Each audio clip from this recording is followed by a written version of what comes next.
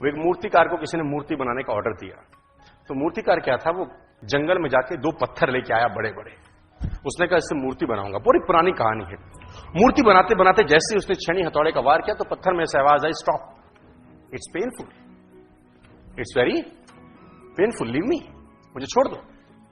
तो मूर्तिकार ने उस पत्थर को छोड़ दिया क्योंकि उसको दर्द हो रही थी छेनी और हथौड़ी के चोट से।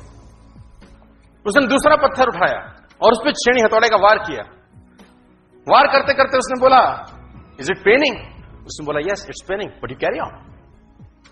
Yes it's paining but you carry on. और वो बनाता रहा बनाता रहा बनाता रहा और दूसरा पत्थर मूर्त में कन्वर्ट हो गया।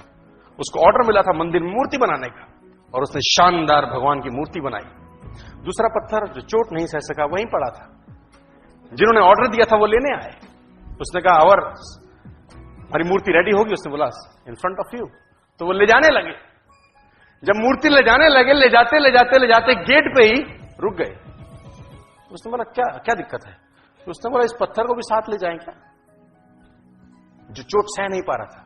उसने बोला, मेरे किसी काम का नहीं, करोगे क्या? कह रहा, जब मूर्ति पे लोग प्रणाम करेंगे तो नारियल फोड़ने के काम आएगा, तो ये नारियल फोड़ने के काम आएगा, तो हम ले जाते हैं। उसने बोला, ओके ले जाओ।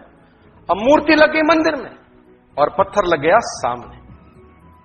मूर्ति की होती पूजा, उसकी होती ठुकाई। हर आधे घंटे में कोई आए ठकाक, हर 15 मिनट में आए कोई ठकाक, जय अंबे जगदंबे ठकाक, और वहां मूर्ति मुस्कुरा रही है। उसने बोला, इतना दर्द क्यों? तो अंदर वाली मूर्ति जवाब देती है, पहले दर्द सह लेता तो आज नहीं सहना पड़ता।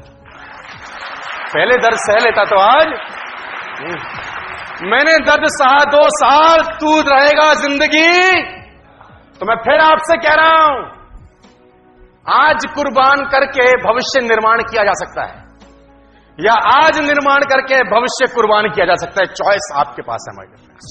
It's always a choice time. ये डिसाइड आपको कहते हैं कि आग में जलकर ही सोना कुंदन बनता है।